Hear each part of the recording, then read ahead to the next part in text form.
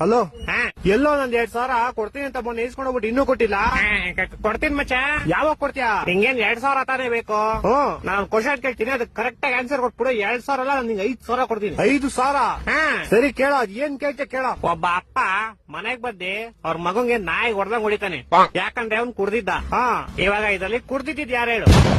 ಅಪ್ಪ ಮನೆಗ್ ಬಂದು ಅವ್ರ ಮಗನ್ ಕೊಡ್ದ, ಯಾಕಂದ್ರೆ ಅವ್ನ್ ಕುಡ್ದಿದ್ದ. ಇಲ್ಲ ಅವ್ರ ಮಗ ಕುಡ್ದಿದ್ದ. ಇವಾಗ ನನ್ ಮಗ ಕುಡ್ದಿದ್ರೆ ಅಪ್ಪ ಅಂತಾನೆ, ಅಪ್ಪ ಅಂದ್ರೆ ಮಗ ಅಂತಾನೆ. ಹೊಟ್ಟೆ ಎಷ್ಟು ಉರ್ಸ್ತಾವ್ರು. ಹೇಳ. ಇಲ್ಲ ಕ್ವಶನ್ ಚೆನ್ನಾಗಿಲ್ಲ, ಬೇರೆ ಬೇರೆ.